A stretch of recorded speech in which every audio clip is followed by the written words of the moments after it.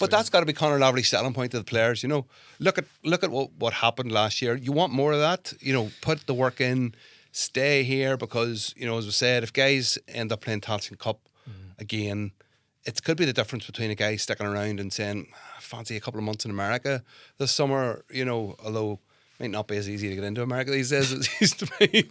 But I mean, you know, that's the difference. You really have to. That's your selling point. You know, and they've done everything they can so far, you know, and I mean, and you know, some of the games they've had to pull it out of the bag. Like I was there the first night against Clare, against Limerick, down in Limerick, they yeah, had to pull it out of the bag absolutely. at the end. I mean, and Clare especially, because what got them over the line there was Oran Murdoch getting that goal. I think it was Oran Murdoch just burst through, typical sort of style, got the goal. Daniel Guinness got a 2-pointer after that, and you know, everything was fine again. But you know, for large parts of that game, it was a struggle. Yeah.